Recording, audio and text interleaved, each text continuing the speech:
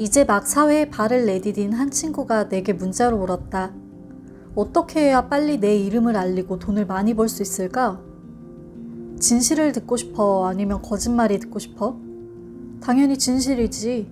나는 휴대전화 화면에 글을 썼다가 지우며 망설이다 결국 이렇게 답장을 보냈다. 네가 진정한 답을 알고 싶다면 이 문제에 대해서 더는 물어보지 마. 친구는 내가 한 말에 무게감을 느낀 건지 아니면 내가 화가 났다고 오해했는지 그 뒤로 답장을 하지 않았다. 돌아보면 나는 스스로 특별한 사람이라 여기고 착실히 경험을 쌓고 노력을 기울이는 것을 평범한 사람들이나 할 일이라고 생각했다. 그리고 남들보다 먼저 도착할 수 있는 지름길을 찾아 단번에 목표에 도달하고자 했다. 당시에는 스스로 적극적이고 영리하며 효율적인 방법을 찾는 중이라고 생각했지만 사실 이는 책임을 회피하고 현실을 외면하며 환상만 키우는 일이었다. 노력의 과정이 없는 성공은 절대 있을 수 없다. 모든 일의 공로는 땀과 눈물로 이루어지며 허술함의 대가 역시 스스로 치러야 한다. 지름길로 가려고 할수록 더 먼 길을 돌아갈 뿐이다. 네, 안녕하세요 여러분. 북튜버 공백입니다. 오늘은 책의 한 부분을 읽어드리면서 영상의 문을 한번 열어봤어요. 이 글 속의 친구처럼 우리는 가끔 누군가에게 인생의 조언을 얻고 싶어 합니다. 정말 답을 원하는 걸 수도 있고 그냥 마음을 털어놓는 일일 수도 있고 또 주변 사람들로부터 위안을 얻기 위한 행동이기도 해요. 방금 인트로 속에서 이 문제에 대해 진정한 답을 알고 싶다면 더는 물어보지 마 라고 다소 냉정하게 말한 친구가 기억나시죠? 이 사람이 오늘 제가 소개해드릴 책의 작가입니다. 친구에게는 다소 단호하게 말했지만 그래도 작가는 이런 비슷한 고민을 하는 많은 사람들에게 용기를 주고 또 조언도 해주고 싶었나 봐요. 그래서 이런 책을 낸 거겠죠? 네, 제가 오늘 소개해드릴 책은 진작 이렇게 생각할 걸 그랬어 라는 책입니다. 2019년 7월 포레스트북스에서 출간된 책이에요. 작가는 타이완의 대표 청춘 멘토 양지아링입니다. 이 책은 90년생만 이해할 수 있는 41가지 인생 띵언이라는 재미있는 제목이 붙어 있는데요. 책의 타깃을 90년대생으로 명확히 잡은 것은 이 책이 청춘들의 진로, 방황, 고민, 비전, 관계 등을 주로 다루기 때문이 아닐까 싶어요. 이 책에는 평범하지만 마음을 툭 건드리는 문장들이 참 많은데요. 오늘은 그 문장들 위주로 이 책을 소개해 드릴게요. 네.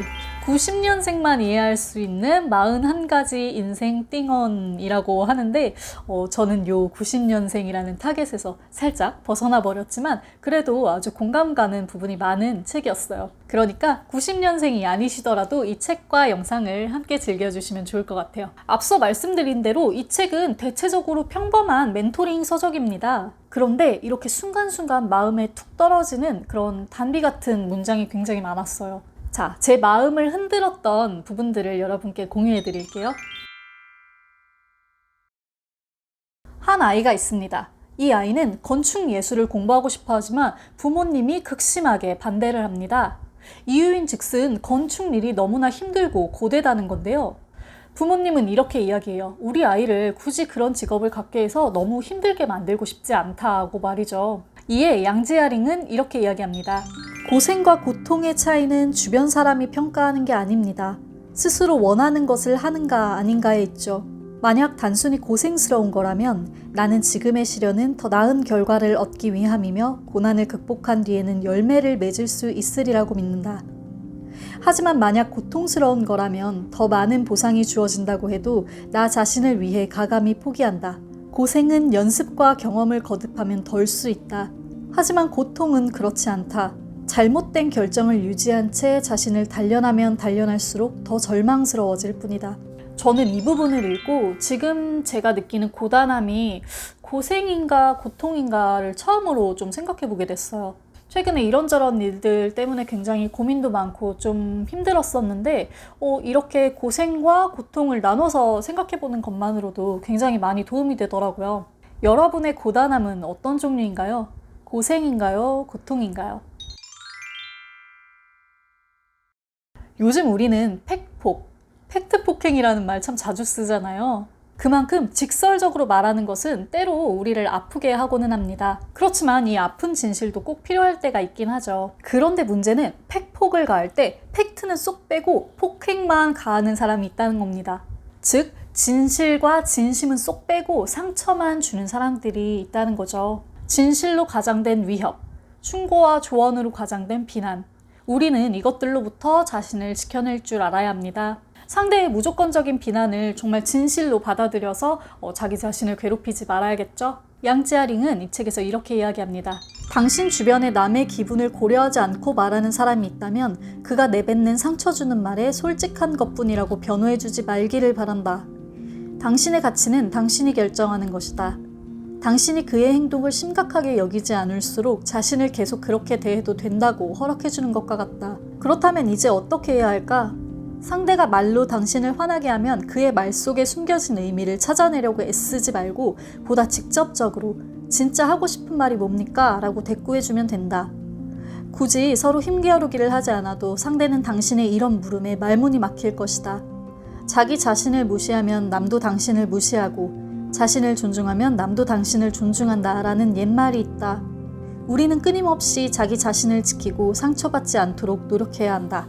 어떠세요? 생각나는 말들, 생각나는 일들, 생각나는 사람들이 있으신가요? 우리 이제부터 무분별한 폭행에서 벗어나서 팩트만 챙기고 살아요. 이 이야기는 작가가 봤던 짧은 영화 이야기로부터 시작됩니다. 가난해 보이는 한 아이가 열차 플랫폼에 서 있습니다. 아이는 다 낡아빠진 슬리퍼 한 짝을 고쳐보려고 애를 쓰는 중인데 그게 맘대로 되지 않아서 굉장히 속이 상한 상태예요. 이때 그 아이의 앞으로 굉장히 부유해 보이는 한 또래 아이가 지나갑니다. 이 아이는 굉장히 예쁜 깨끗한 새 구두를 가슴에 안고 있고 옆에는 아빠까지 함께 있어요. 가난한 아이는 이 아이를 부러운 듯 응시합니다. 자신은 아빠도 없고 또 좋은 구두도 없어서 부러워하고 창피해하면서요. 그런데 이때 기차를 타려고 하던 부유한 아이가 어른들에게 떠밀려서 그만 손에서 예쁜 구두를 놓치고 맙니다. 구두는 플랫폼 밖으로 떨어지고 아이가 탄 열차는 출발하기 시작하죠. 아이는 속이 상해서 창밖을 바라보면서 울기 시작해요. 그 순간 낡은 슬리퍼를 손에 쥐고 있던 아이가 쏜살같이 뛰어나와서 바닥에 떨어진 새 구두를 집어듭니다. 아이는 이 구두를 손에 쥐고 잠깐 고민하는가 싶더니 이내 열차를 따라 달리기 시작합니다. 기차 안에 아이에게 이 구두를 던져서 전해주기 위해서요. 아이는 구두의 원래 주인에게 구두를 힘껏 던져보지만 새 구두는 기차를 맞고 튕겨나갑니다. 두 아이의 눈에 안타까움이 떠오르죠. 그런데 이때 구두의 원래 주인이었던 아이가 자기가 가지고 있던 나머지 한 짝 구두도 밖을 향해 던져요. 그렇게나 자신이 소중히 아끼던 구두였는데 말이죠. 이 에피소드가 책에 실려 있는데 저는 이걸 읽고 굉장히 묘한 기분을 느꼈어요. 저도 부러움과 질투가 이렇게 묘하게 섞인 제 감정을 느낄 때마다 뭔가 창피하기도 하고 좀 자괴감이 들기도 하고 괴롭기도 하고 그랬었거든요. 그런데 이 에피소드를 보고 나니까 그때의 내가 떠오르면서 굉장히 기분이 이상해지더라고요. 이 이야기의 뒷부분에 양지아링은 이렇게 덧붙입니다. 질투하는 사람은 상대방의 장점을 자신을 변화시키는 원동력으로 삼기 힘들다. 그에게는 타인의 불행이 자신을 행복하게 하는 일이기 때문이다. 이는 질투의 가장 무서운 점이기도 하다. 질투하는 사람이 꼭 나쁜 사람이라는 법은 없지만 결국 자신도 모르는 사이에 악한 마음에 사로잡히게 되기 때문이다.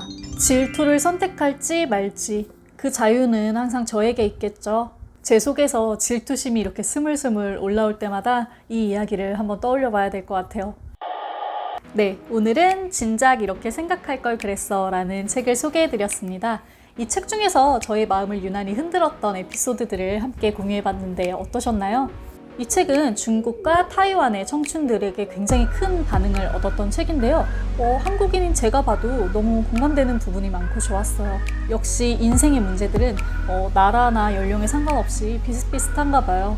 여러분들도 이 책을 한번 접해보시고 마음을 울리는 문장을 발견하셨으면 좋겠어요. 자, 그럼 저는 이만 물러가겠습니다. 지금까지 시청해주신 여러분 정말 감사드려요. 지금까지 북튜버 공백이었습니다. 여러분 모두 책 읽는 시간 되세요.